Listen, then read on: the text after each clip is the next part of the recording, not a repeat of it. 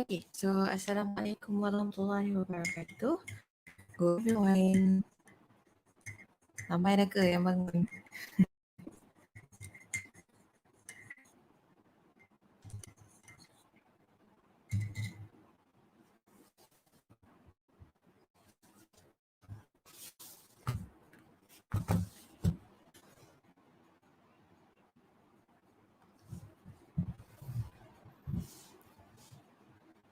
So far siapa yang bangun? Oh, Nisa dengan Fathah je. Oh, Daud pun dah bangun. Siapa lagi yang dah bangun? Cik, wah.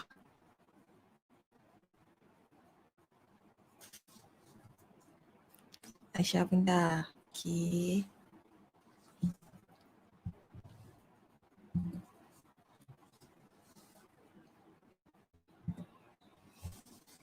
Yang tak bangun tu. Bangun. Hai. Okay, so today we are going to start with a new chapter called the data description. So you can call them data, whatever. Okay, so we are going to start with the introduction to data, and then we will start with 6.2 as well. So I think I'm gonna spend around 45 minutes for the introduction to data, and then the other 6.2, the measure of location. So we are going to calculate the quartile percentile. So those are the things that we have to learn. So that's quite a lot. So nanti saya rasa bila kita dah masuk dekat group dengan ungroup tu, nanti better keluarkan satu kertas A4 kot. Kita bahagi dua.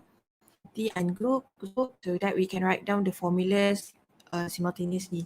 So you don't have to refer back to your book if you want to do the calculation. So tak perlulah macam buka buku tu kan.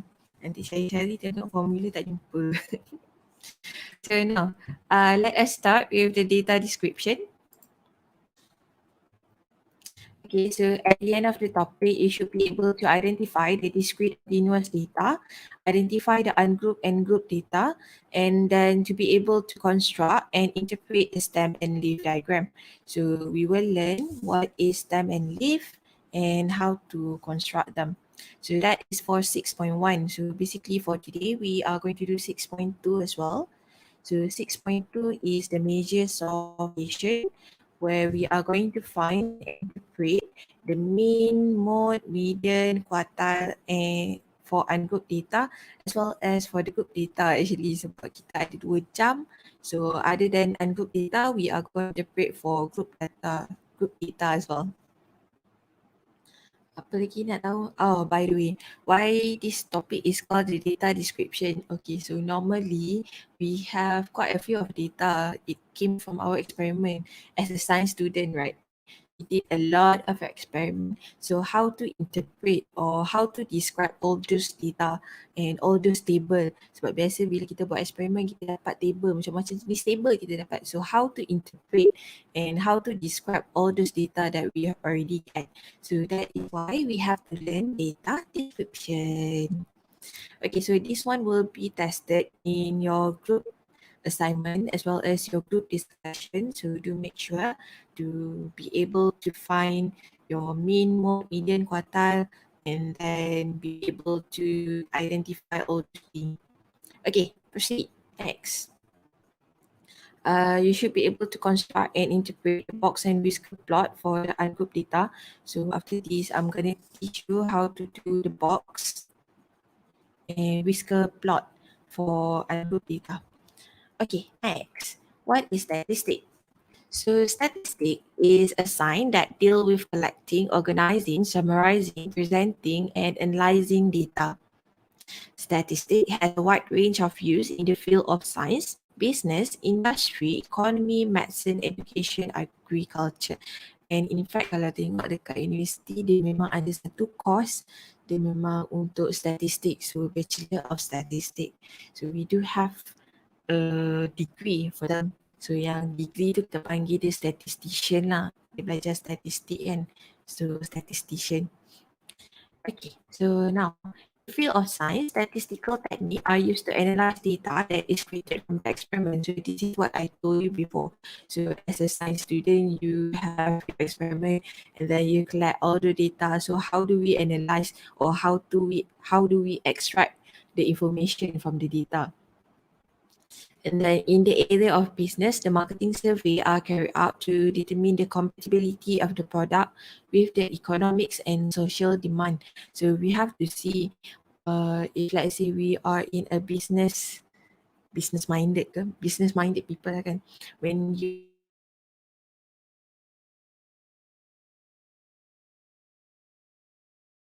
produk yang you keluarkan tu, kalau kata demand tinggi, supply you macam mana, you nak tinggi ke nak rendah ke, so those are the thing.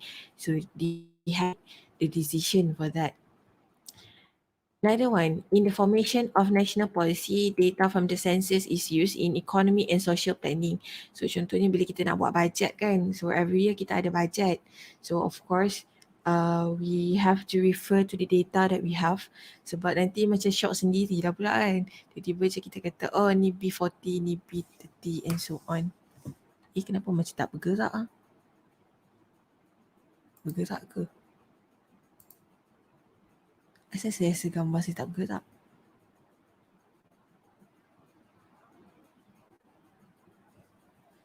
Confused sekejap. Saya seorang je ke rasa benda ni tak bergerak?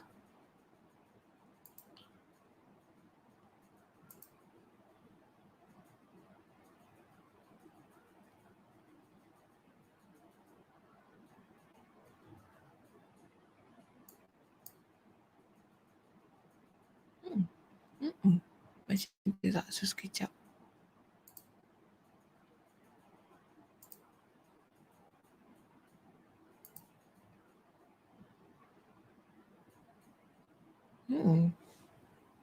Itulah, sekejap Kita tengok asal dia tak nak gerak.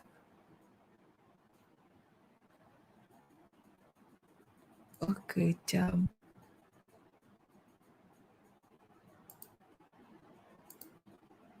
Dia tak baca saya punya ni. Yang kedua. Sekejap. Remove.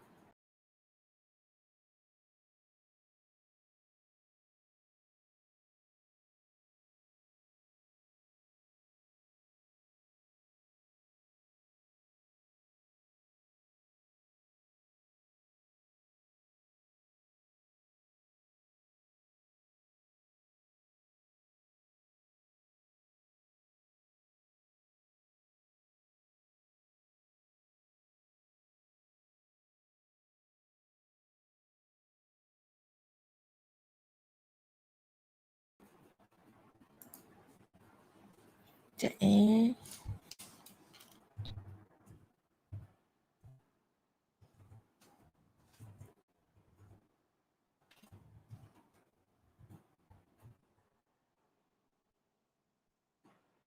Tiba-tiba je macam gambar saya pula yang tak ada. Adalah, sekejap ya.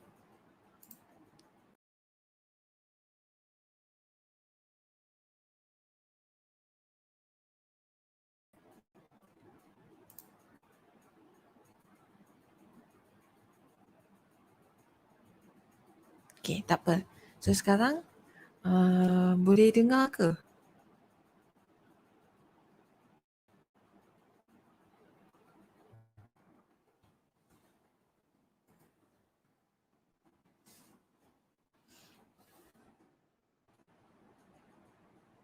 Boleh? Oh, dengar boleh. So I think there's a problem with the mic. No. I mean the camera. So sekejap. Dengan Mus. Sabar je lah. Siapa lah pula Mus? Miss. Okay.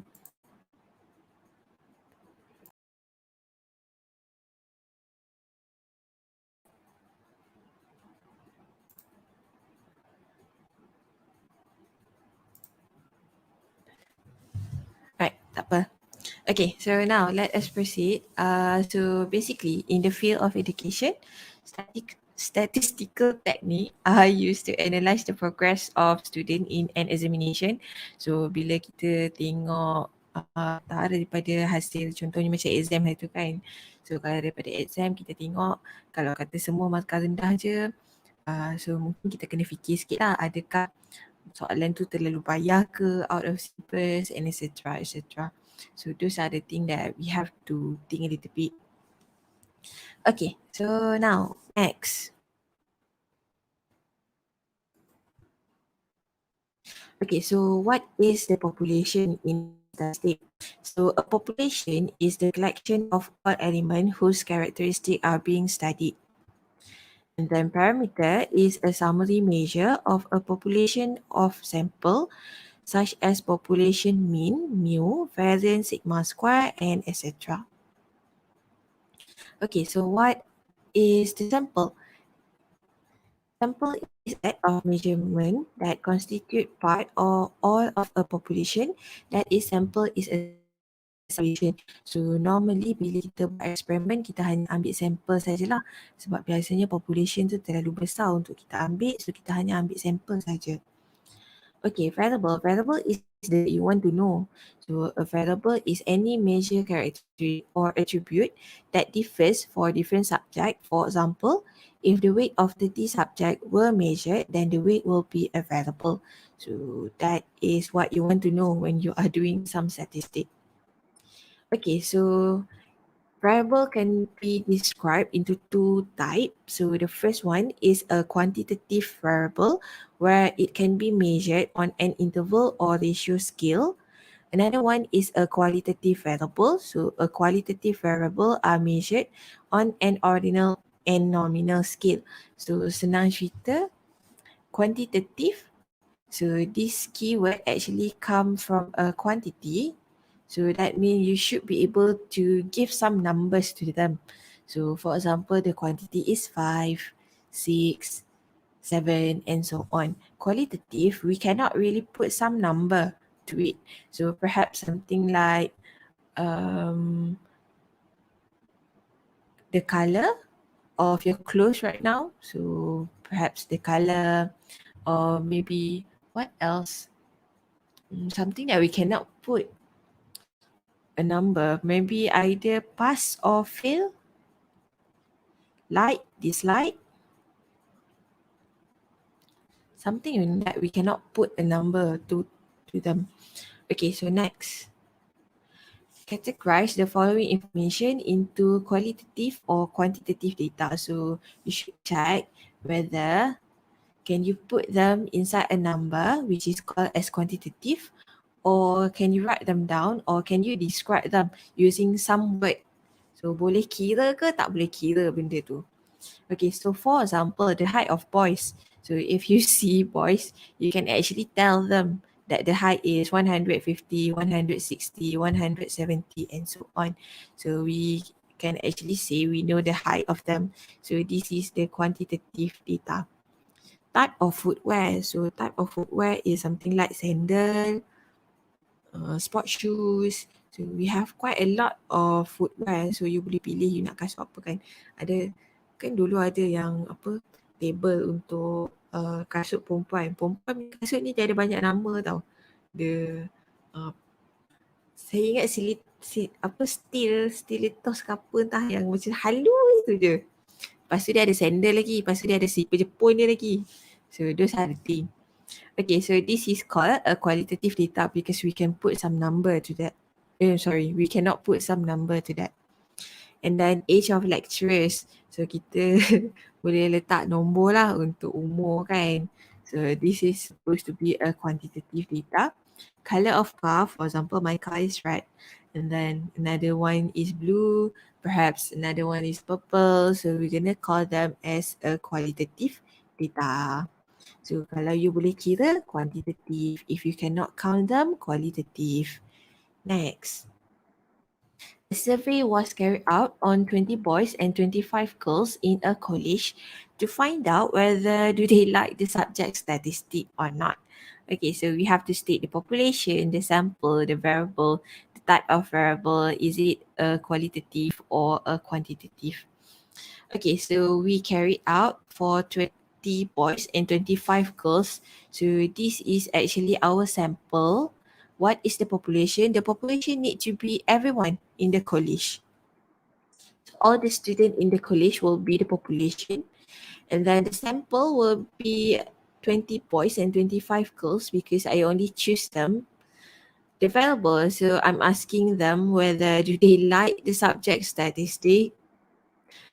Is it a qualitative or is it a quantitative? So it can only give me two answer. Either they like the statistic or they dislike the statistic. So this is supposed to be a qualitative data, a qualitative variable. Okay, next, data. Okay, so data, quantitative data where we can put some numbers to that. So this is a numerical data. And then qualitative data where this is non-numerical. So basically what we are going to learn in chapter 6 is based on the first one, quantitative data. Okay, so quantitative can be described into two. So we can either have a discrete data or a continuous data. So what are the discrete and continuous data? Okay, so discrete data can only take on a certain individual values. So it can take some counting numbers. So for example, 1, 2, 3, 4, 5. So we cannot take 2.5, 2.2 and so on. So those are discrete. Continuous, it can take any value in a certain range. So we have a certain range for them. So for example, 2 until 5. So you can take 2, 2.1, 2.2, 2.3, 2.4 and so on. So discrete, we have to let them know what are the value that we want to take. So perhaps 2, 3, 4, 5, 6. So you cannot have somewhere in between. Okay, next. For example, the number of students in the class. So we definitely know the number of students in the class. So last time I asked you, you give me, for example, 9 students in the class, 10 students in the class, 14 students in the class and so on. Example 2, the number of cars sold on a car dealerships. So when we sold a car, so we say one car. When we sold two cars, we say two, three, four, five, and so on. So we know that we sold out 3.58 car. So dia tak boleh keluar nombor yang macam tu lah. Okay, next. Example 3. So this is a continuous data. Was. So if let's say I say 70 until 75, so there are someone 70.4, there's someone 70.45, there are someone 65.7. So they will take quite a range of value.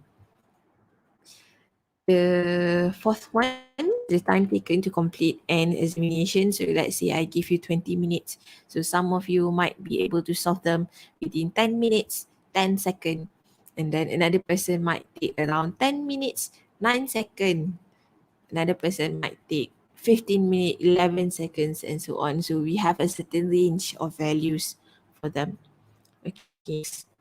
Okay, so based on the following statement, you should be able to determine either the data is a discrete or continuous data. Okay, so the time taken from Ipoh to Kuala Lumpur, do you think it is a discrete data or is it a continuous data? Okay, so the time taken to travel from Ipoh to Kuala Lumpur, can you tell me, is it a discrete or is it a continuous data?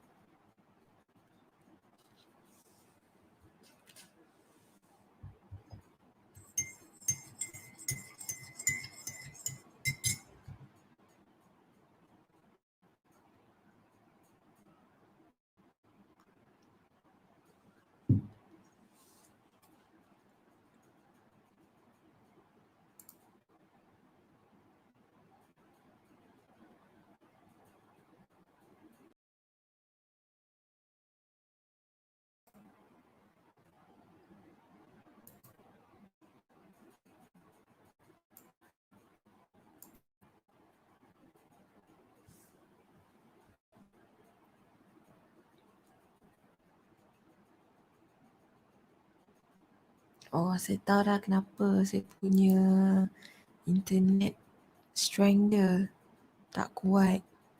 So that's the reason why. Continuous?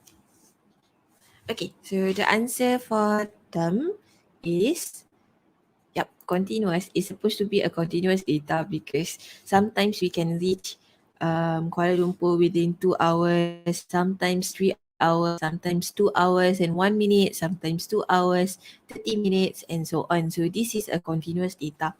Dia tak boleh cakap fix lah berapa lama, berapa tepat data tu kan. So it can vary depending on the vehicle, depending on the traffic jam and so on.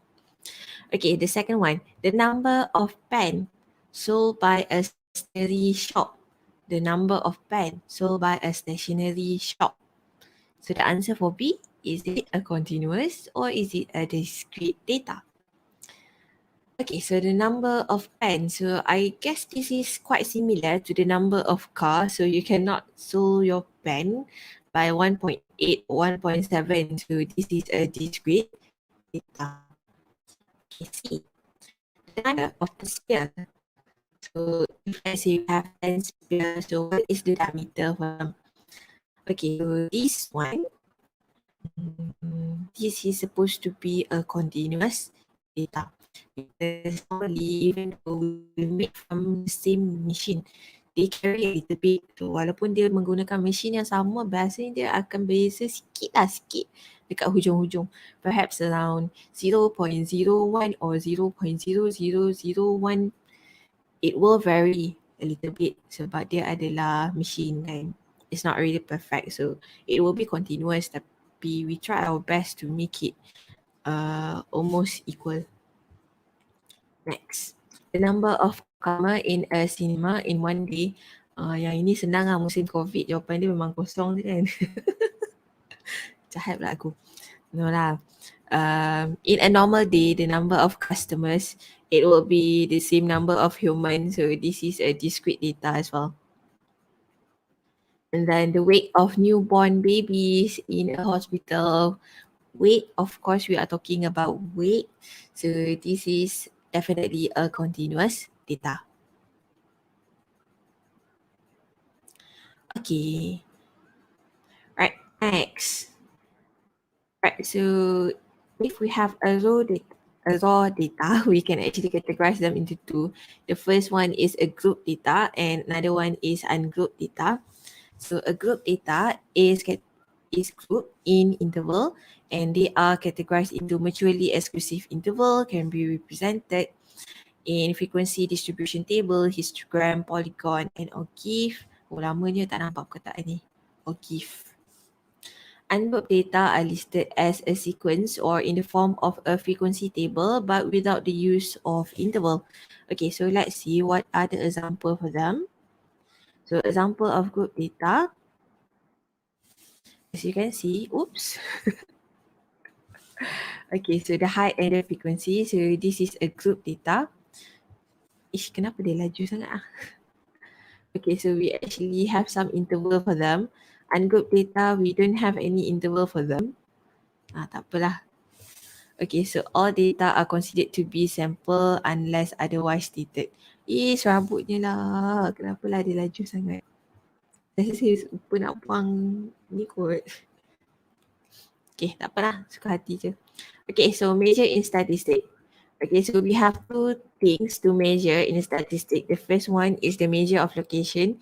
So this is the subtopic for 6.2 and then the measure of dispersion subtopic is 6.3. So the measure of location, so we want to determine the central value of a set of data. So is it a mean or is it median or is it a mode? So we want to know whether does the mean represent our data or median is the best represent of our data or mode is the best represent of our data. So that is what we mean by the measure of location. The measure of dispersion, we want to determine how dispersed the data is. So we are going to calculate the range, the interquartile range, the standard deviation as well as the variance. How dispersed, it means that if we have a data, right? So we have the lowest value, we have the highest value. So I want to see all those range. Is it a very big range and so on? So that is how dispersed it is. Okay, so firstly, before we start with the ungroup and group data, we have to know how to do the stem and leaf plot. So this is also called as the stem plot. Okay, so a stem and leaf diagram is used to present and display frequency of a group of data without losing information on individual observation. So each value in a stem and leaf is divided into two portions. So basically, to construct a stem and leaf, each score will be split into two part. Kenapa split lah? Split sebenarnya. Tak apalah. Salah sikit. Okay, so we're gonna separate them into two. The first one for the stem, the second one for the leaf. So the first digit is called the stem. Okay, so if you want to do the stem plot, so on the left hand side, this is stem. On the right hand side, that is leaf. Okay, so the second part or the second digit is called the leaf. Make sure the data is in ascending order, so be extra careful. Arrange everything in ascending order first before you do your stem and leaf.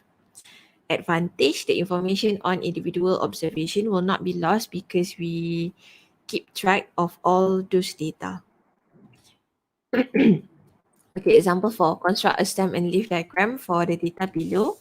So we have 12, 13, 21, 27, 33, 34, 35, 37, 40, 40, and 41. So firstly, you have to check first, are they in ascending order or not? Ascending order maksudnya kena arah menaik. Okay, so I can see that 12 is smaller compared to 30, bigger, bigger, bigger, bigger, bigger, bigger. So that means this is already in ascending order, so I'm good. So I can start straight away with the stem and leaf. Okay, so the stem is the 10 digit, the leaf the one on the right hand side. Okay, so let's see. From the data, so I'm going to separate them into two.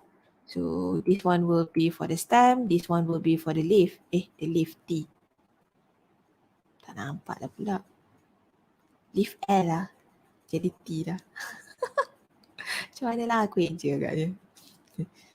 Stem, leaf, stem, leaf, stem, leaf, stem, leaf, stem, leaf, stem, leaf, stem, leaf, stem, leaf, stem, leaf, stem, leaf, stem, leaf. Okay, so you're gonna make all those stem and all those leaf. Okay, so what are the numbers that we can see for stem? So I have 1, I have 2, 3, 3, 4. So that means when you draw your diagram, so if this is stem, this is leaf. So on the left hand side, we are going to get 1, 2, 3, 4. As for the leaf, it will be on the right hand side. So for example, we have 2, 3, 1, 7, 3, 4, 5, 7. For the 4, we have 0, so 1. Okay, normally we have to write down some key for them. So 4, so 0 means 40. So that when people read our stem and leaf diagram, they easily understand what do we mean. Okay. So yang ni tak cantik sangat kan? So kita tengok yang cantik sikit lah.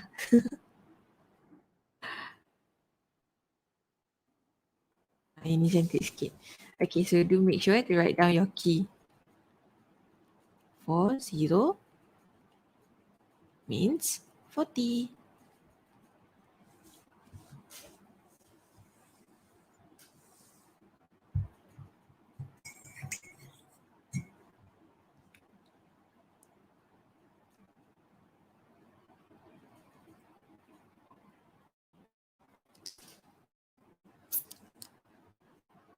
Okay, next.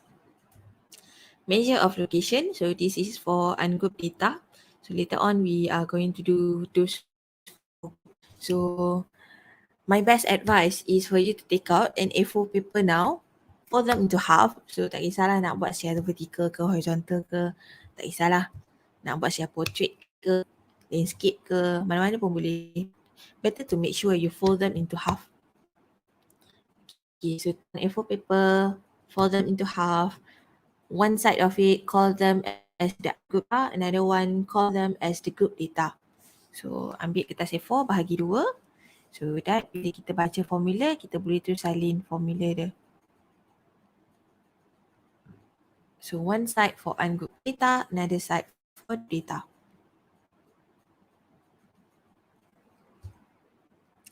Okay, so done with that. So let us proceed straight away. Okay, so the rule of measure of location is to determine the central values of a set of data, which is the mean, median, and the mode. Okay, so mean. Mean of a set of data x1, x2, x3 up until xn is defined as, so x bar is the way we write down or the notation for the mean. So x bar is equal to the sum of all data divided by the number of data. Okay, so we're going to do x1 plus x2 plus x3 plus dot dot dot up until xn divide with the number of data, which is n. Okay, so let us proceed to the example. How do we calculate the mean? Okay, so sometimes instead of writing x1, x2, x3 and so on, normally we are going to use this sigma notation. So simply mean, so the sum of x over n. So normally for me, I will write down this one. Okay, so in your A4 paper, please write down this one for your mean. So mean, x bar equal to sum of x over n.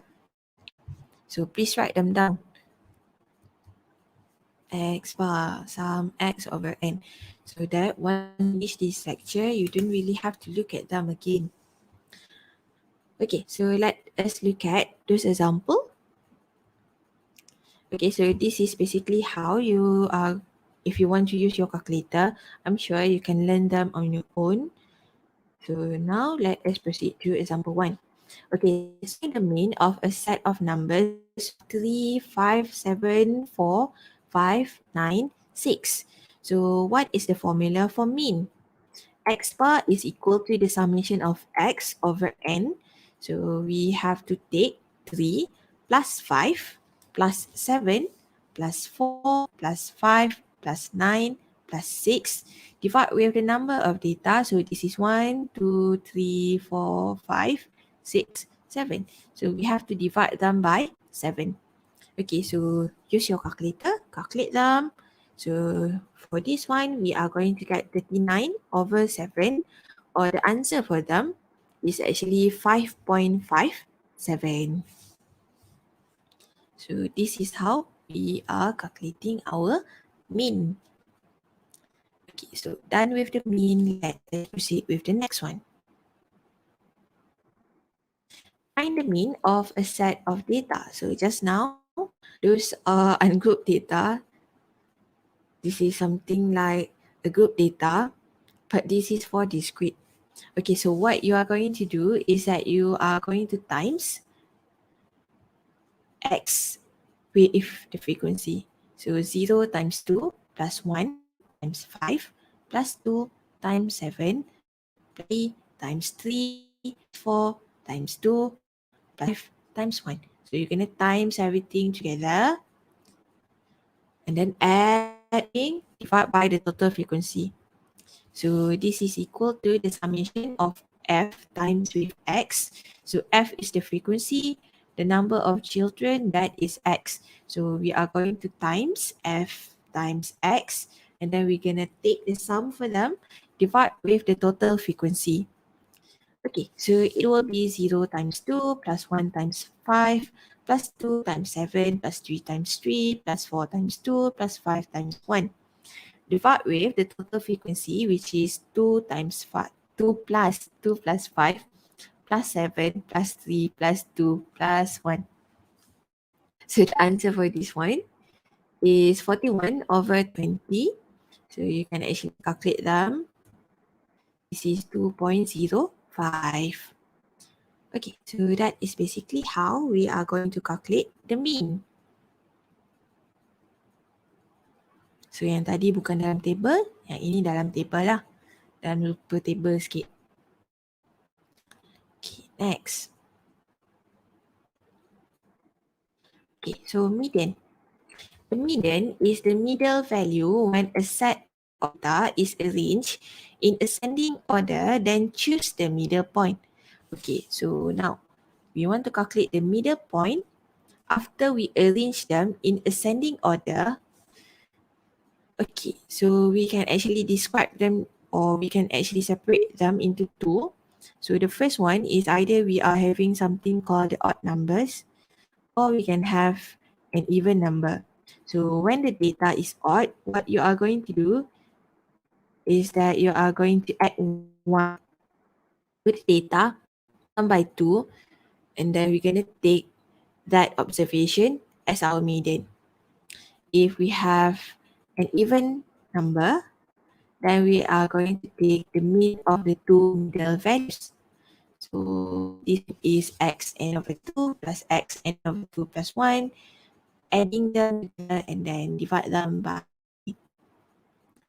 Okay, so now I give you 1 minute for you to write down this formula. Okay, so this is the median. So you need to write down the odd, the even.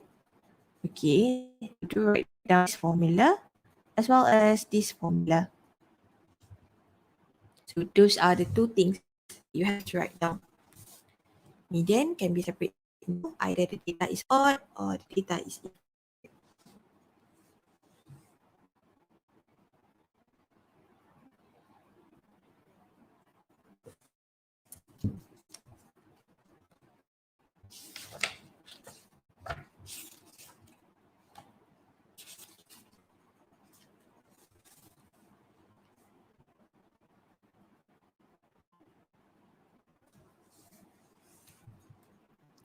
Okay, so hopefully you are done with that. If let's say you still couldn't do it, then perhaps you should pause the video and then write down the formula. Okay, so next. Untuk video lah, macam kesian pula aku tengok muka aku berhenti kat situ. Okay, so find the median for the following set of data. So for example, we have 21, 24, 17, 28, 36, 20, 32. So the first thing that you should keep in mind is that you have to arrange them in ascending order. Okay, so they are not in ascending order yet. So we have to arrange them in ascending order. So start with the lower, keep going up until you reach the highest value. Okay, so already arrange them for you.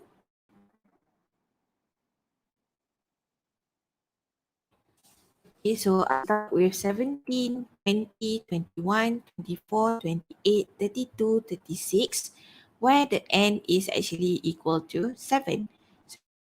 So it means that I have an odd number of observation. So if I have an odd number of observation, the way I calculate the median is that I have to take the number which is n plus with 7 over 2. So I need to take that observation as my median. So for over here, the n is 7. So this one is 7 plus 1 over 2, which is 8 over 2. So that means this is the fourth observation. Okay, so you're going to calculate this one is x1, the first observation, the second observation, the third observation, the fourth observation. So I already reached the fourth observation. So that means my mean is 24.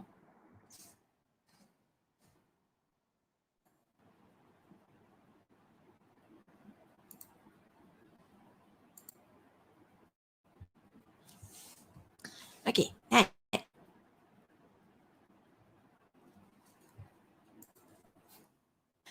Find the median following set data. So we have 3.56, 2.71, 5.48, 8.6, 4.35, 6.22. So always make sure arrange them in ascending order. So that is the first one. So the lowest value is 2.71. And then we have 3 point something, so 3.56. And then going up, so 4.35. And then 4.48. 6.22. And the last one is 8.61. Okay, so I already arranged them in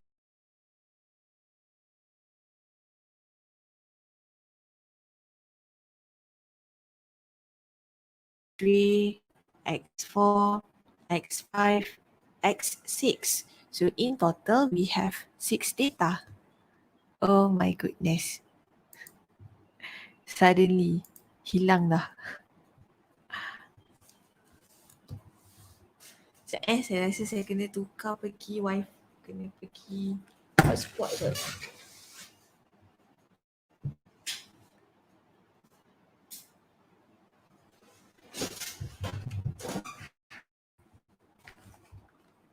Dia makin lama makin hilang. So kena tukar pergi hotspot. Sekejap lagi tiba-tiba je tanpa aku sedar sudah hilang. Menghilangkan diri sudah.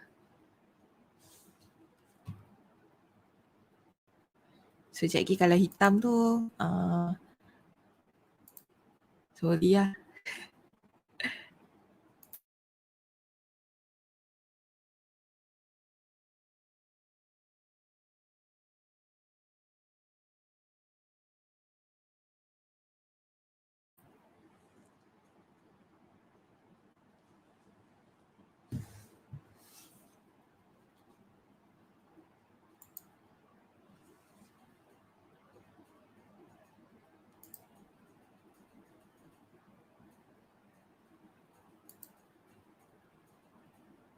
I think better now. So macam okay. Okay, so now let's start. Let's continue. Bukan let's start, let's continue. Okay, so arrange them in ascending order. So we can see that we have 6 data. So we can use the formula for x n over 2 plus x n over 2 plus 1. Divide them by half. Okay, so I need to calculate first what is x n over 2. So the number of n is 6. So 6 over 2 is actually equal to 3. So this one over here is 3 and this one over here is 3 plus 1. So I'm going to get the third observation. So this is x3 plus with x4 over 2. So the third observation is 4.35 plus with 5.48 and then divide them by 2. So the answer for this is 4.915. Okay, proceed. Next. Okay, so far in your ungroup data, so you have the mean, you have the median. So now let us see how do we calculate the mode.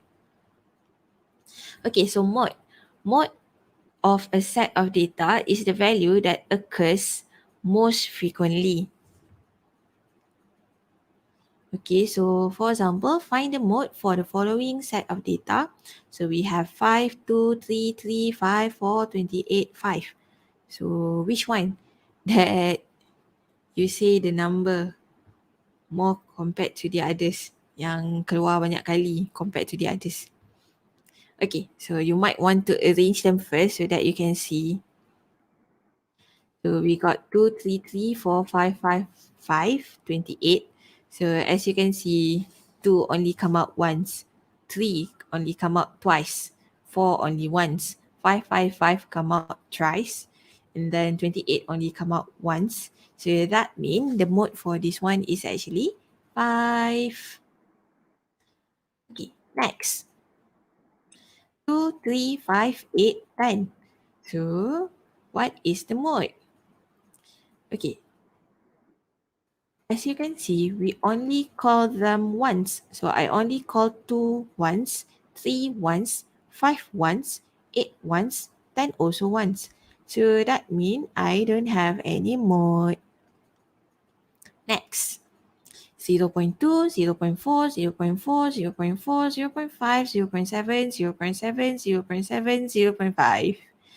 Okay, so to make it easier, perhaps you want to arrange everything into ascending order first so that you can see which one occur more frequently compared to the other.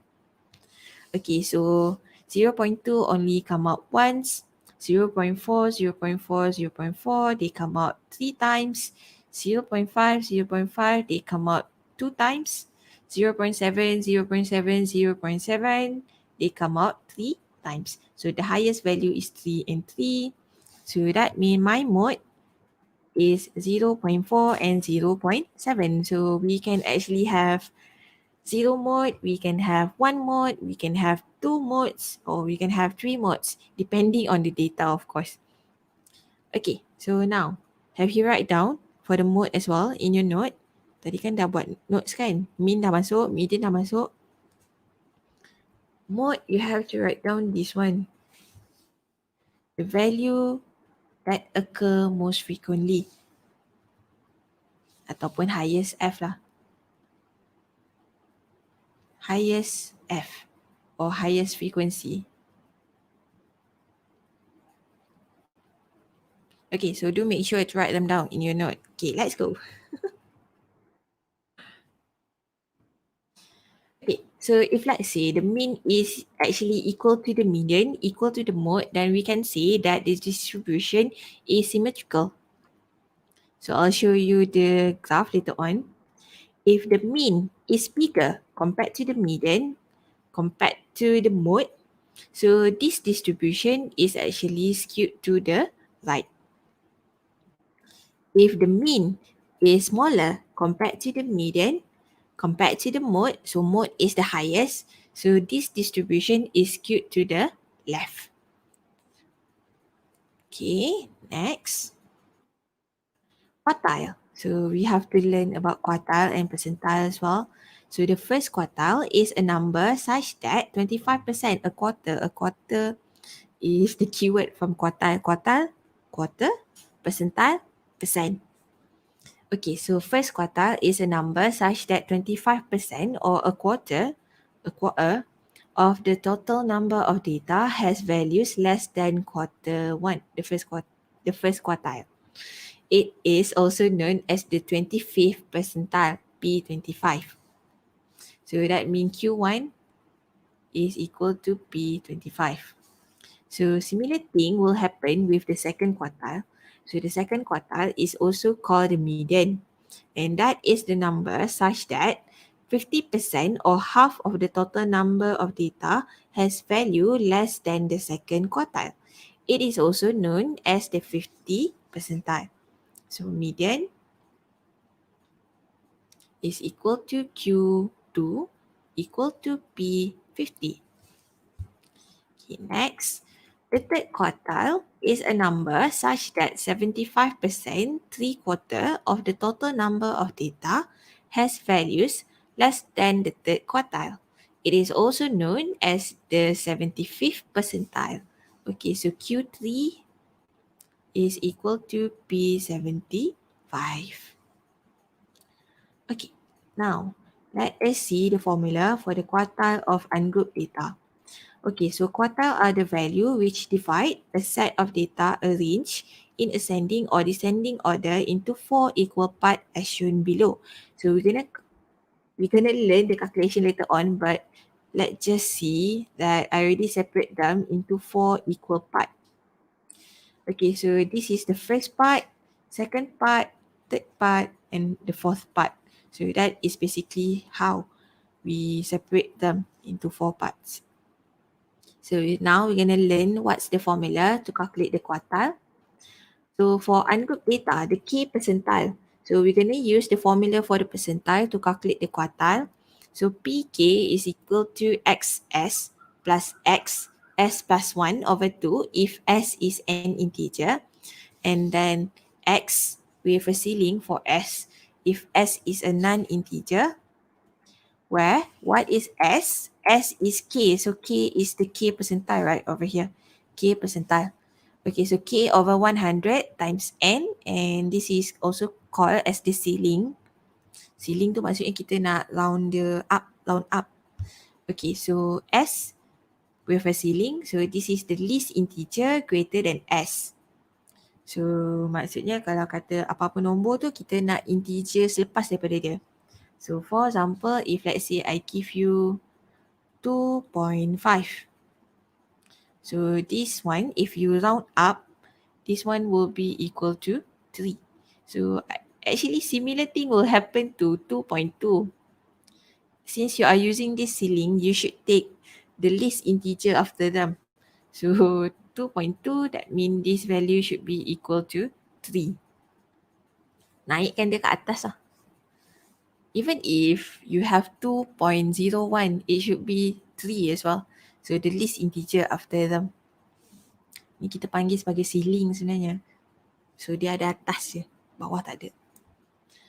Okay, so what we are going to do is that we are going to use the definition for the percentile to calculate the quartile, where Q1 is equal to P25, Q2 is P50, Q3 is P75. Okay, so please write down this formula, this one, as well as this one in your note as well. So we need everything in our note.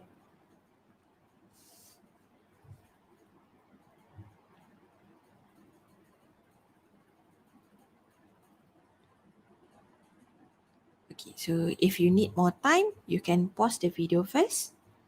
So let me proceed straight away to the example. Find the first quartile, median. So that means this is the second quartile. And the third quartile for the following set of data. Okay, so firstly, we need to know how many data do we have. So 1, 2, 3, 4, 5, 6, 7. So the n is equal to 7. And see first, do you have them in ascending order or not? So 114, 120, 133, 138, 145, 148, 151. So this is already in ascending order. So tak payah rearrange lah. Okay dah, cun dah, cantik dah. Okay, next. Okay, so in order to calculate the first quartile, we have to calculate the S first. So what is S? So the first quartile is also equal to P25. So using the formula, S is equal to K over 100 multiply with N. So we are going to get 25 over 100 multiply with 7. So this is equal to 1.75. And I do know this is a non-integer. So we're going to round up this value. So we're going to take the ceiling for them. So the ceiling for 1.75. So this is actually equal to 2. Okay, so what does it mean? Is that the first quartile is equal to the second data, the second observation, which is 120. So this is x1, this is x2.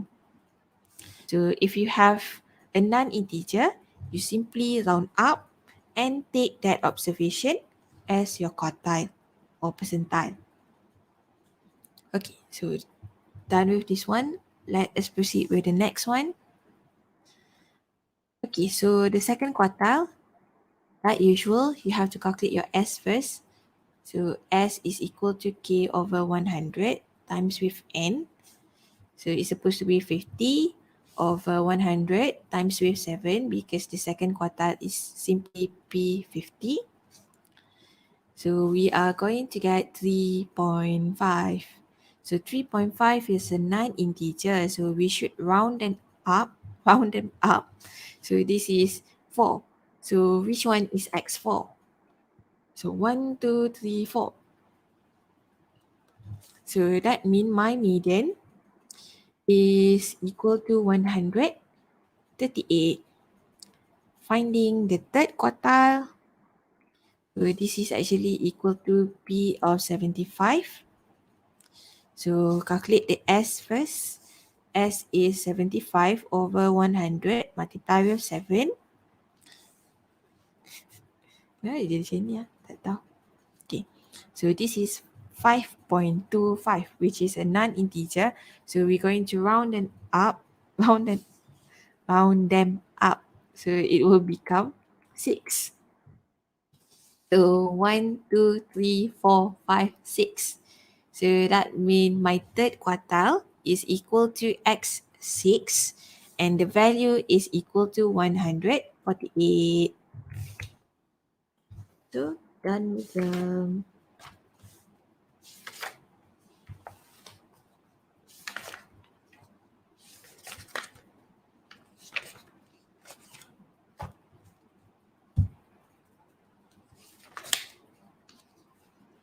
Okay, so we actually have one more thing, which is the box and whisker plot.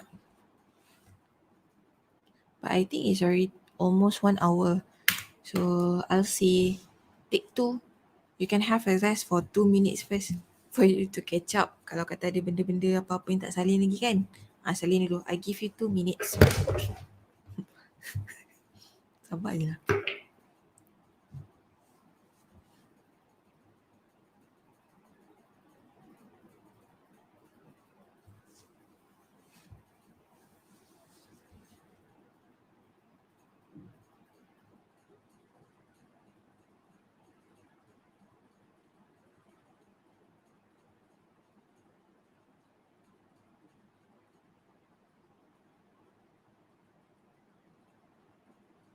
By the way, saja je lah nak tanya kan. You guys memang tak suka like video Rasa macam sedih pula. Punya ramai orang view. Yang like dalam 10 orang je. Sedih gila. Sabar je lah.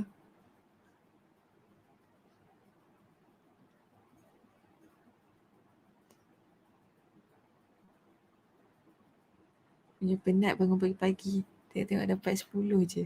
So sad.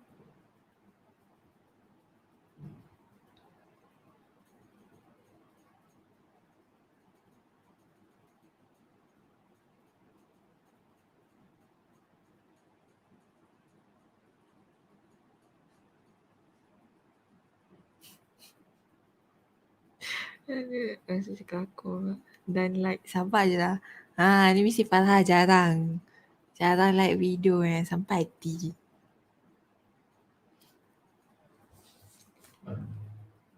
Fokus kot Fokus kelas. Kelas saya like amboi sedihnya. Sabar je lah. Aduh, hai, this is funny. Taklah sajalah, tak nak kasi korang ngantuk sikit. Tu yang suruh bergerak-gerak sikit tu. Dah like dah? Okay. Sabar je lah. Aduh, hai. Okay. Dah cukup. Cukup lah kot 2 minit kan. Okay, jom. Kita continue. Go, go. We can do this. We have box and whisker plot and then we can start with the group data. Once we finish group data, that's it. Okay, so now let us continue. Okay, ada lagi ke? Satu sampel lagi? Allah, ada satu lagi sampel punya, sampel 4. Okay. Find the first quartile, median and third quartile for the following set of data. So firstly, you should check whether are they in ascending order or not. So I can see I have 47 for the second data. So this is not in ascending order. So please arrange everything first. Okay, so we have 23, 32, 34, 35, 36, 40, 42, 42, 44, 46, 47, 52. So we arrange everything in ascending order. And next, we have to calculate what is the number of n or how many data do we have. So this is x1, x2, x3, x4, x5, x6, x7, 8, 9, 10, 11, 12. So in total, I have n equal to 12. Okay, so let us calculate the first quartile. Okay, so the first quartile is equal to P25. So this is 25 over 100 multiply with 12. So we got 1 over 4 times with 12. So 12 over 4, which is actually equal to 12 over 4, 3. 12 over 4 bukan 3 ke? Asal aku dapat 4? Patutnya 3 kan? 3.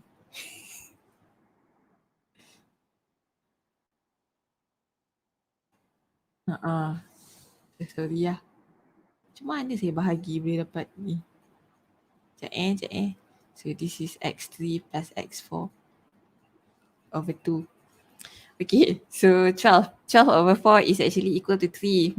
Very good. Okay, so 3 is an integer. So that means we are going to use the formula. Since we have s as an integer, so this is x s plus x s plus 1 and then divide them by 2. So it's supposed to be x of 3 plus x of 4 over 2. So we're going to take the third observation plus with the fourth observation, divide them by 2. So x1, x2, x3, x4. So it should be x3 plus x4 over 2. So this one will be 34.5. Finding out x2. Let's hope I didn't count them wrong as well. Okay, so this is supposed 50 over 100 times 12. So this is equal to 6. Very good. I know my maths now. Okay, so again, I get some integer. So this one again, xs plus xs plus 1 over 2. So it's supposed to be x6 plus x7 over 2. Okay, so 6. This is x5, 6, 7. So 6 plus 7 over 2. So we got 40 plus 42 over 2. So this is equal to 41. Next, the third quartile. The third quartile is P75. So 75 over 100 times them with 12. 12 over 4, 3, 3 times 3, 9. Okay, so 9 is exactly an integer. So that means we can use the formula for xs plus xs plus 1 over 2. So it will become x of 9 plus x of 10 over 2. So 1, 2, 3, 4, 5, 6, 7, 8, 9, 10. So I have the 9 and the 10 over here. So 44 plus 46 and then divide them by 2, which is exactly equal to 45. So that is how we are going to calculate the first quartile, second quartile, and third quartile. So there are two things that you should keep in mind. The formula, it always need to be referring to the value of s that you already calculate just now. So based on the value of s, you should check, is it an integer or is it not an integer? So kena tahulah integer ke bukan integer. So mula-mula kira dulu s. Kalau integer, guna formula ni. This is for integer. If they are not integer, then mesti kena round up. So ini non-integer. Ini integer. Z je lah senang. Ini bukan Z. Not Z.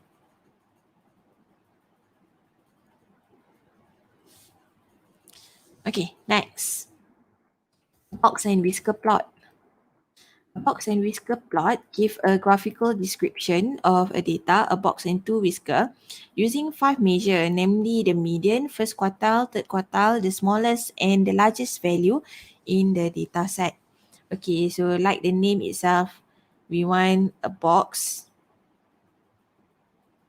and this box will have 2 whisker. So this box, so right in the middle, of course, you're going to call them as the median, Q2. This is Q1. This is Q3. On the left hand side, this is our minimum value. The right hand side, that is your maximum value. So Q1, Q2, Q3, minimum, maximum. Okay, next. It can show the center, the spread, and the skewness of a set of data. Okay, so it can be represented horizontally. So we have first quartile, so Q1, Q2, Q3, that is for the box. The left hand side, that is our minimum or the lowest value. The right hand side, that is our maximum or the highest value.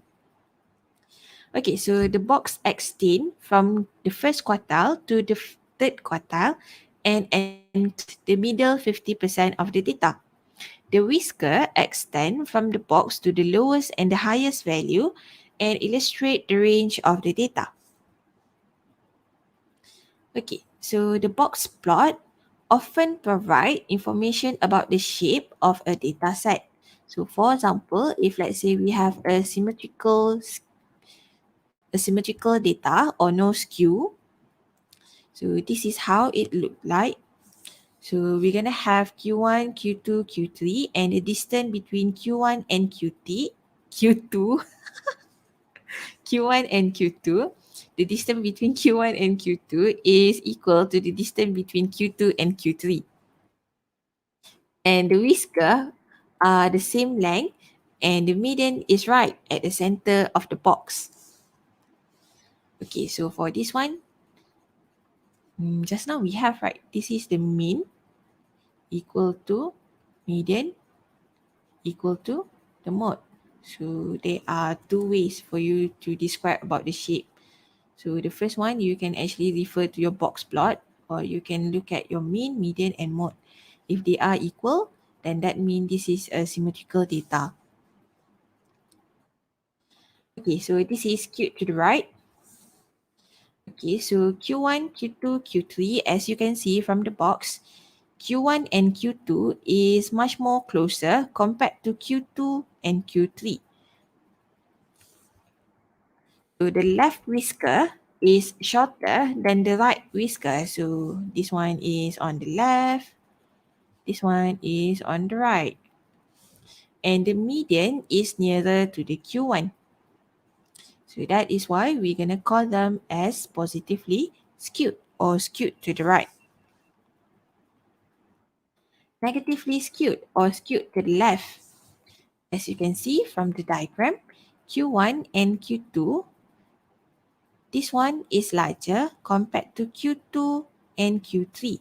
So that means Q3 is much more closer to Q2.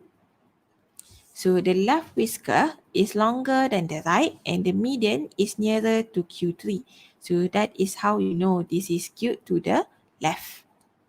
Biasanya kita tengok ekor dia dekat bahagian mana lah. So kalau yang ini ekor dia dekat sebelah kiri. So that is why we're going to call them skewed to the left. The earlier one, ekor dia sebelah kanan. So sebab tu kita kata skewed to the right. Okay, so to construct a box plot, what do you need to do? So step 1, you need to calculate the first quartile, second quartile, third quartile, and what is the interquartile range from the rank data. Okay, basically interquartile range, the formula is Q3 minus Q1. So we want to know how big the box should be. That is the first step, calculate Q1, Q2, Q3. The second one, we have to calculate something called the lower fence and the upper fence. Okay, so what is the formula for the lower fence? That is Q1 minus 1.5 interquartile range, upper fence Q3 plus 1.5 interquartile range. Okay, so for example, if let's say this is your box, right? So the lower fence is on the left hand side. This is lower fence. Upper fence is on the right hand side. Upper fence. Okay, so this is Q1, Q2, Q3. So do make sure the distance from Q1 to the lower fence, this distance should be 1.5 interquartile range. The same thing with Q3 to upper fence, that distance should be 1.5 interquartile range. So that is why one of them is minus, another one is plus. Okay, and then you have to determine what is the smallest and the largest value within the two fence. Okay, so this is our lower fence. So based on our data, what is the lowest value just after our lower fence?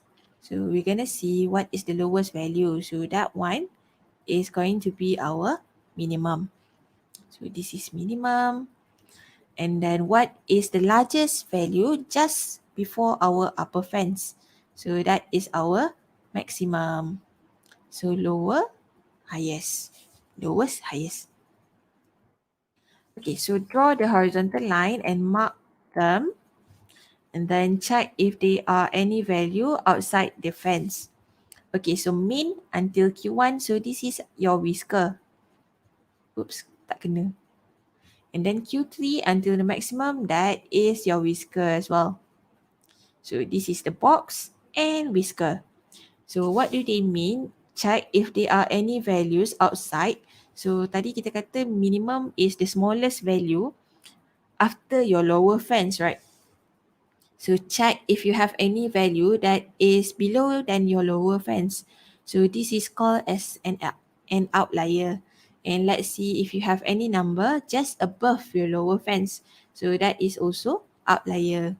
So kena tengok lah ada tak dalam data kita. Okay, next. The number of workers in each factory of an industrial area are as shown below. Construct a box and whisker plot for the data and interpret it. Okay, so I think I'll calculate Q1, Q2 and Q3 so that it will be much more easier for you.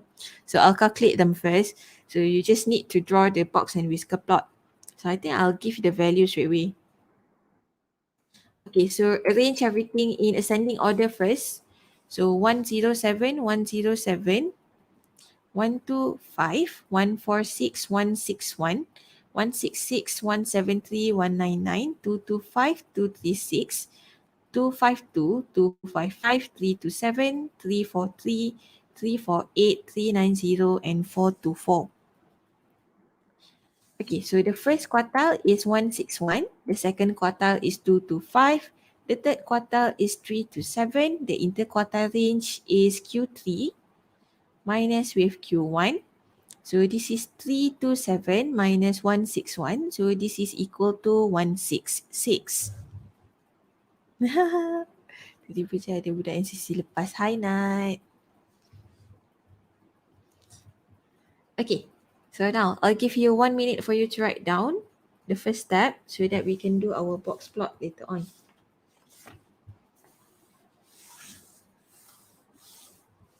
Almost there. We almost finish. Go, go. We can do this. Apa je kalau tak dan habis. Hari Isnin pun boleh sambung tapi saja je lah kalau boleh habis.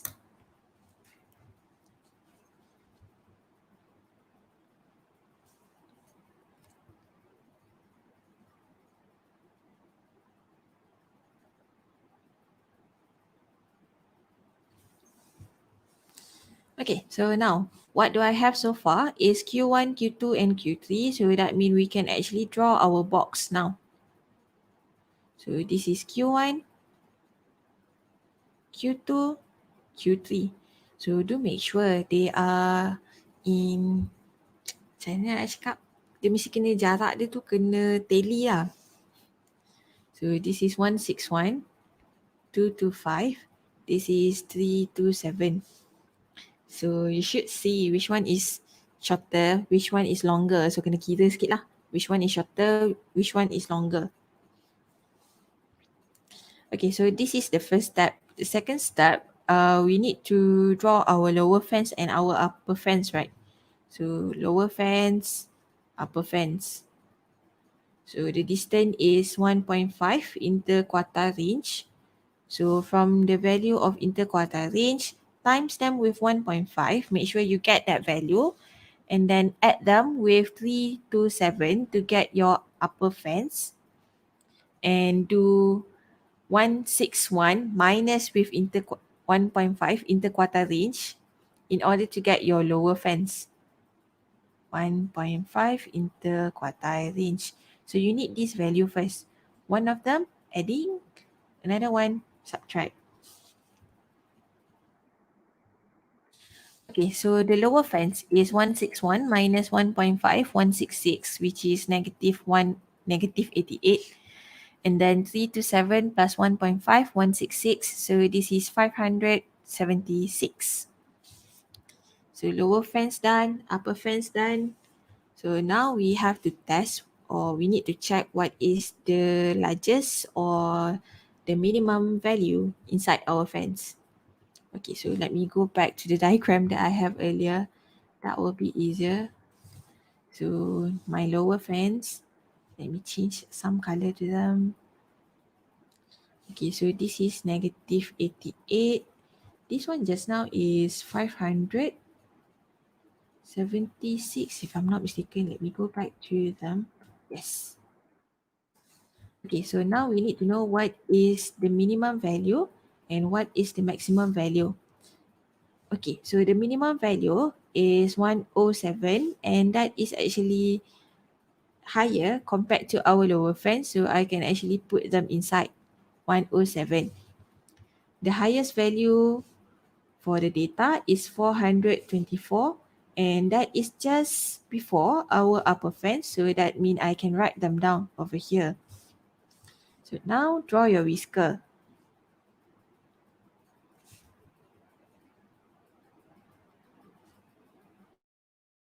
Okay, that is the third step.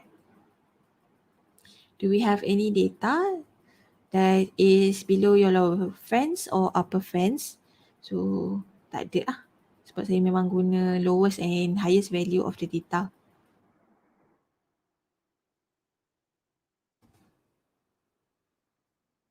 Okay, so this is how the box plot should looks like.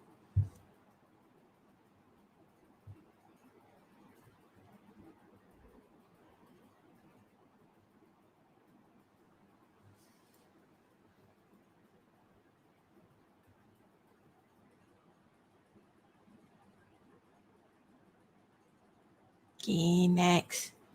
The last one for this example. Go! We can do this.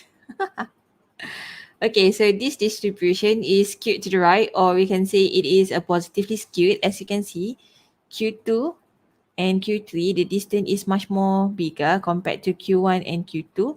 And beside, the whisker is much more larger compared to the whisker on the left hand side.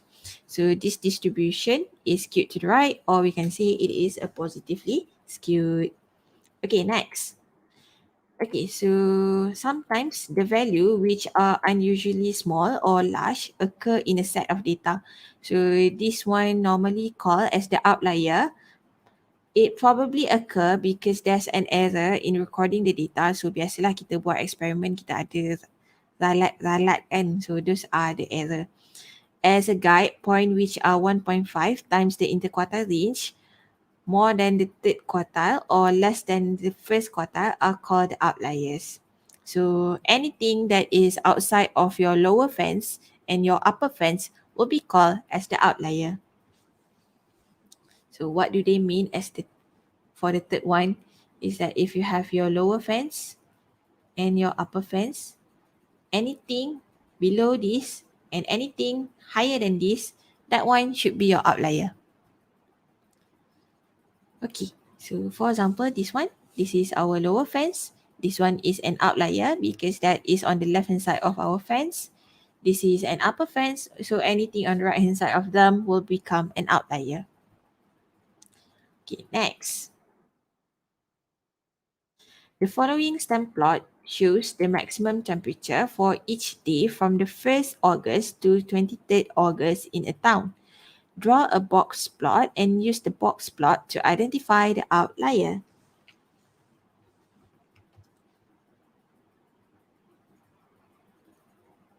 Okay, so I think I better give you the first quartile, third quartile, and third quartile straight away, so that we don't waste our time calculating those outlier, those quartile.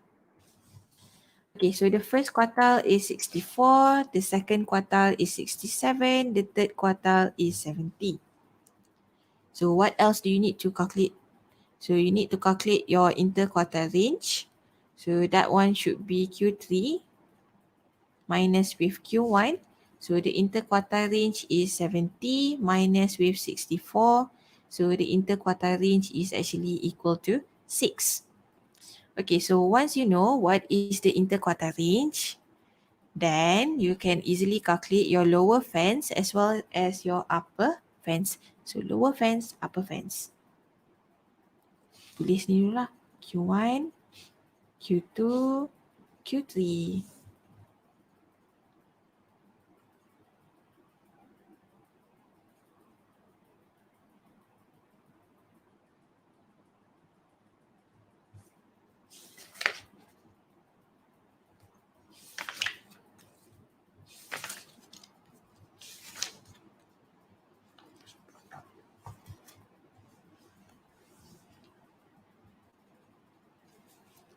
Okay, so now done with them. The second step, we have to calculate our lower fence as well as your upper fence. So upper fence is equal to 79. The lower fence is equal to 55. So Q3 plus 1.5 interquartile range. Q1 minus 1.5 interquartile range. So we got 79 and 55. Okay, so let me go back to the previous one. Ataupun tak apalah. This one. Okay, so this is your box. And then you have your lower fence, which is 55. And your upper fence, which is 79. So now we need to choose what is the minimum and the maximum value. So choose a number slightly higher compared to your lower fence. And choose a number that is slightly lower compared to your upper fence. So lower fence 55, so I'm going to choose a number that is higher than 55. So let us refer to the previous part. Okay, so higher than 55, so it's supposed to be 59. So this 59 is my minimum. And just now my maximum is, my upper fence is what? Forgot already. 79, okay. Okay, so my upper fence is 79. My lower fence is 55. Okay, so let us choose a number before our upper fence. So the number is 77. So this one gonna be my maximum. So lower fence kena nombor yang after our lower fence. Upper fence, it should be before our upper fence. So lower than upper fence, higher than the lower fence. Okay, so I already have the minimum and the maximum. So let me draw the graph or the box plot.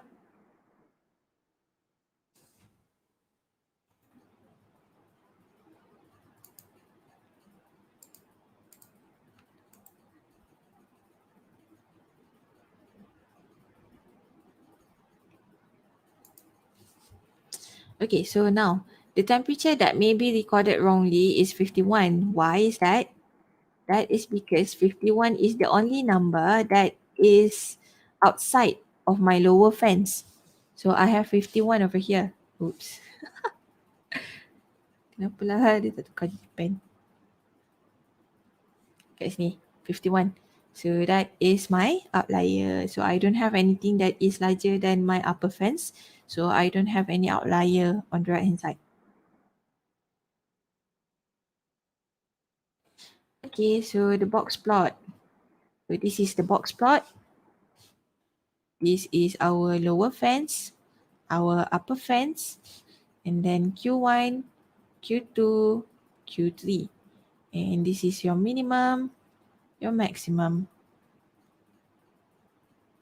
Okay, so that is your box plot. So based on that, you can easily see you have one outlier over here, which is 51.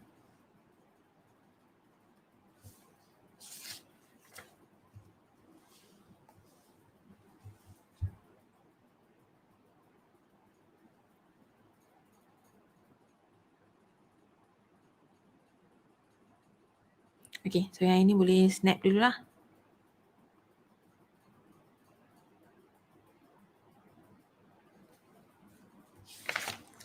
Right, so basically I'll give you around 2 minutes. Have a rest a little bit before we start with the group data. Group data, I think I'll stop until mode. So we are going to do the mean, median, and mode. So I'll stop until mode so that we can continue with the quartile and the percentile for next class, which is on Monday. Petang tu kan, petang hari Isnin. So we have another 3 example to go.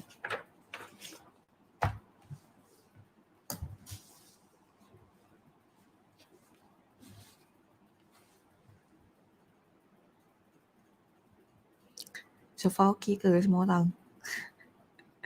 2 jam ni. Saya rasa saya tak pernah bagi lecture 2 jam rasanya. Selalu sejam lebih Tengok kan. Kalau saya punya data pun habis nanti. Let's just hope data tu tak habis.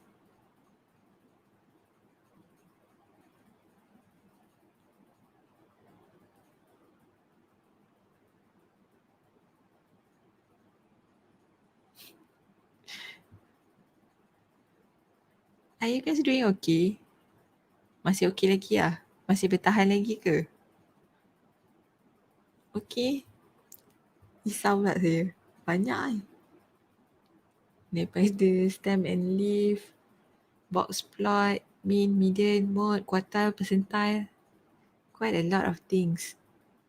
Are you guys doing good?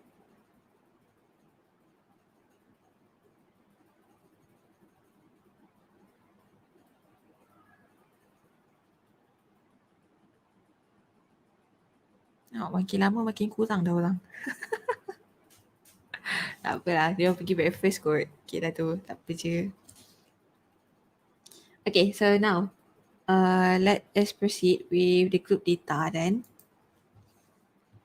Okay, so I already asked you to separate your A4 paper into two. So the first half is for the ungrouped data. So this is for the ungrouped data. So do make sure to write down the formula so that it will be easier for us to refer. Okay, so you should be able to interpret and find the mean, mode, and median. So quartile and percentile, leave that for the next class.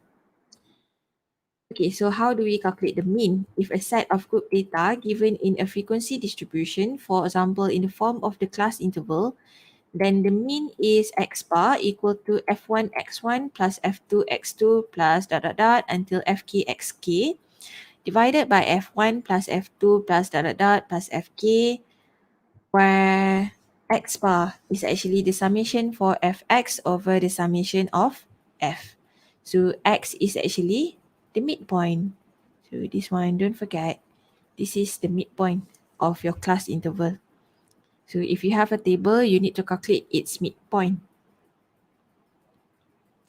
Okay, so x is the midpoint of the class and f is the corresponding frequency.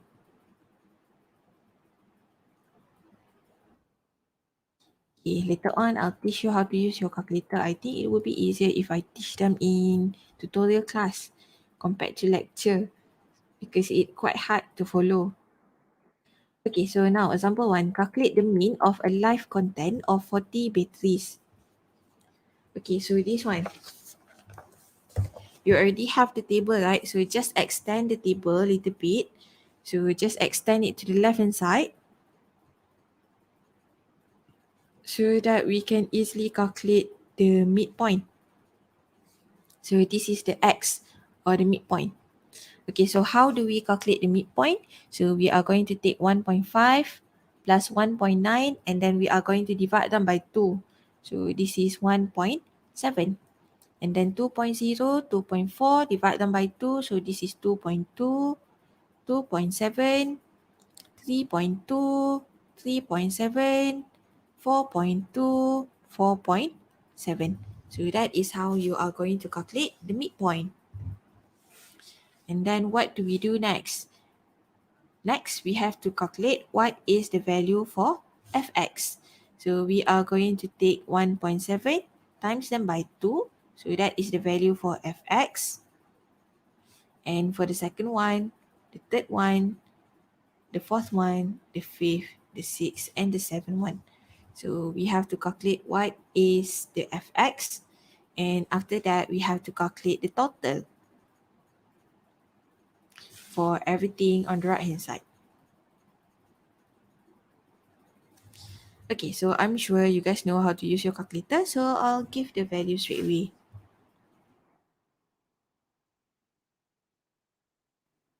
Okay, so now the summation for fx is equal to 136.5. The summation of the frequency is equal to 40. So that is the total number of batteries.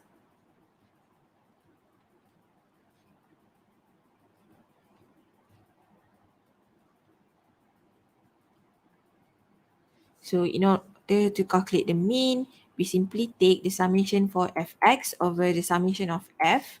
So this is 136.5 over 40.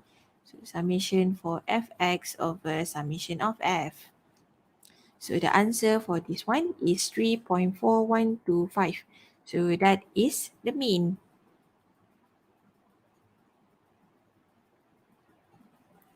Okay, so done with the mean. Now, mode and median.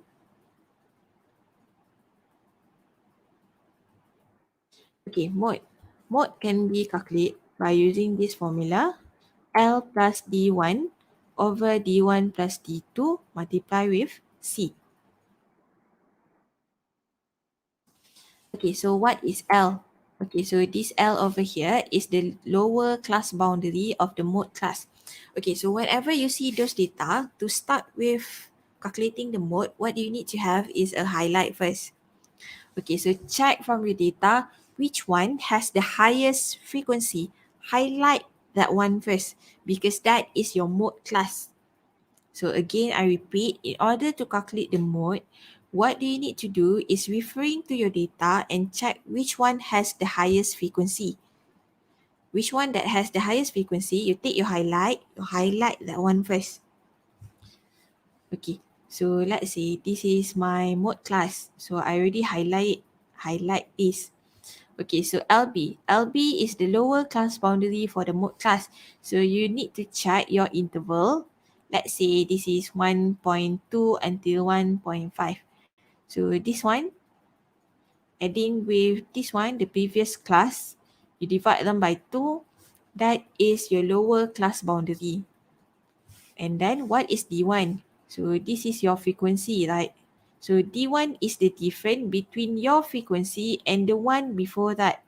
So this is D1. What is D2? D2 is the difference in the frequency between your and the one after you. So this is D2.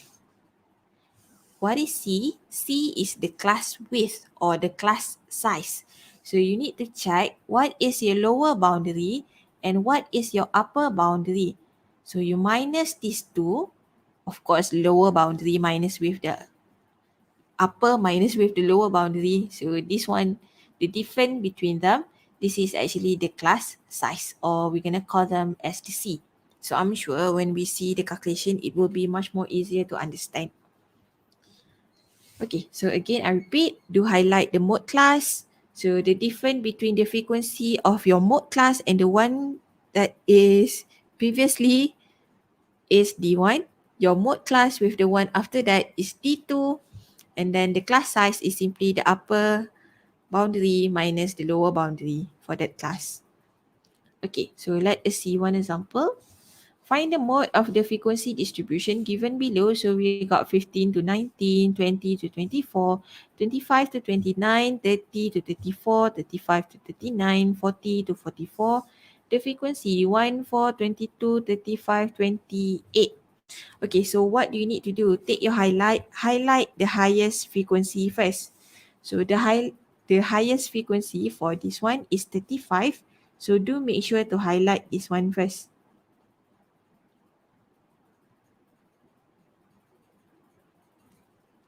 And then referring to the formula, the mode. The mode is equal to LP plus D1 over D1 plus D2 multiply with C. Okay, so we need the lower boundary of the class. So you take this value, you add with the highest value of the previous one, you divide them by 2. So the lower boundary for this one is 29.5. Okay, so I already have the lower boundary, which is 29.5. So this one done. What is D1? D1 is the difference in frequency for your class and the one before you. So 35 minus with 22. So D1 is equal to 35 minus 22. So this is equal to 13. And then D2 is your class with the one after you. So this is D2. So we got 35 minus with 20. So D2 is actually equal to 15. And then of course you will need your class size. So the lower boundary here is 29.5. The upper one over here is 34.5. So 34.5 minus 29.5. So the value is equal to 5. So this 5 over here is my class size or the class width. Okay, so this is LB. This is upper boundary. Upper boundary LU ke LB ke tak apalah, tu huruf je. Okay, so now I already have everything. So let me substitute into the formula and let us calculate what is the value. So do make sure to use your highlight, Okay, so the formula. So this one will be 29.5 plus 13 over 13 plus 15 multiplied them by 5. So the value for the mode is 31.82. So this is the mode. So we already calculate the mean. We already calculate the mode. The next one, we must calculate the median. So again, you need to have your highlighter ready. Okay, so let me proceed with the next one, okay? If you need more time, do pause. Okay, the median.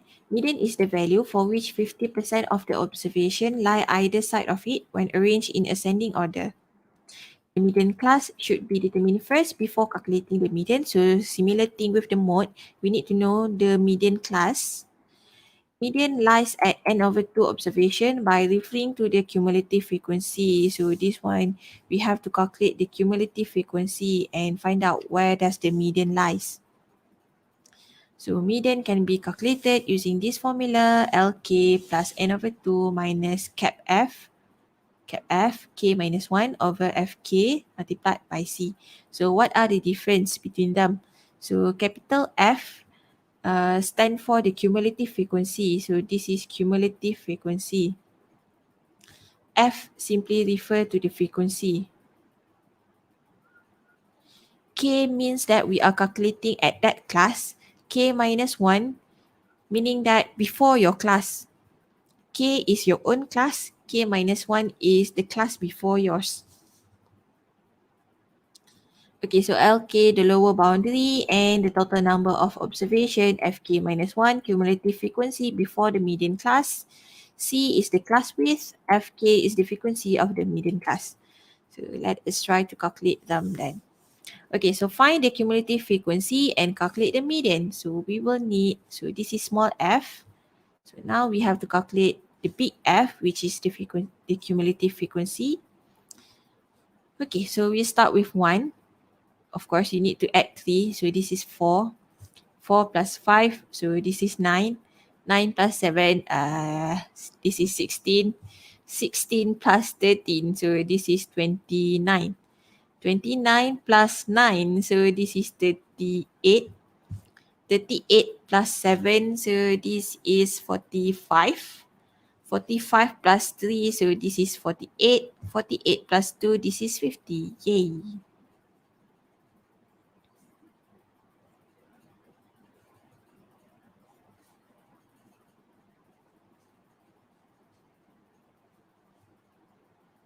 Okay, so now let us see what's the formula.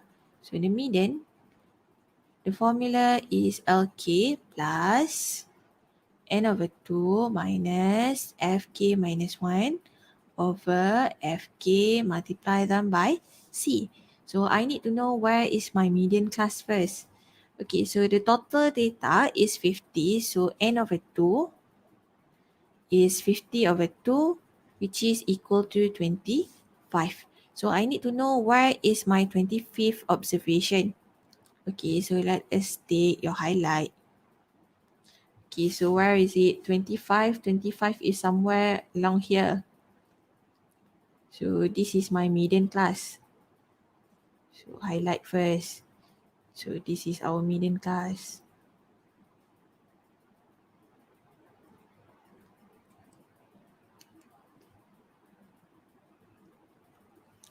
Okay, so what is the lower boundary? LK. So 20 plus with 21, divide them by 2.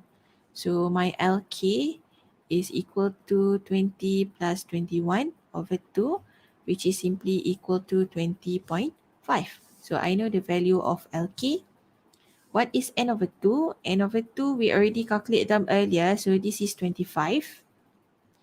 What is Fk minus 1? So the cumulative frequency before my own class. So this is 29. So the frequency before that is simply 16. Fk, that is the frequency for my own class. So this is my median class. The frequency for my class is 13. So this one over here is 13. What is the class size? Okay, so class size, I know that the lower boundary is 20.5. So this is 25, 26, divide them by 2. So this is 25.5. So C is equal to 25.5 minus 20.5. So my class size is actually equal to 5. So C is equal to 5. So now I know LK, I know N over 2, I know FK minus 1, I know FK, I know C. So that means I can substitute everything into the formula and that one will give me my median.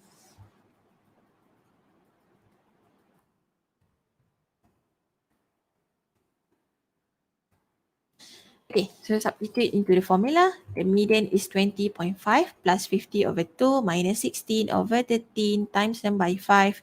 So the value of the median is 23.96. Okay, so that is basically how we calculate the mode, the mean, and the median for the group data. So always make sure that on your A4 paper, do write down the formula for them so that you don't really need to look at all those 20 pages later on. Okay, so with that, I conclude today's lecture. So I'll see you guys this coming Monday. So Monday we are going to start our lecture at 4. So hopefully on Monday I should be able to finish chapter 6 on Monday. So once we finish with chapter 6 on Monday, so that means on Tuesday we are going to start with chapter 7. Hopefully. Okay, so I'll see you guys whenever I see you. Have a nice day everyone. Good luck and all the best. So selamat menghadamkan data. So I'll see you guys whenever I see you. Bye bye. Enjoy your day. And thank you for listening everyone. Forgot.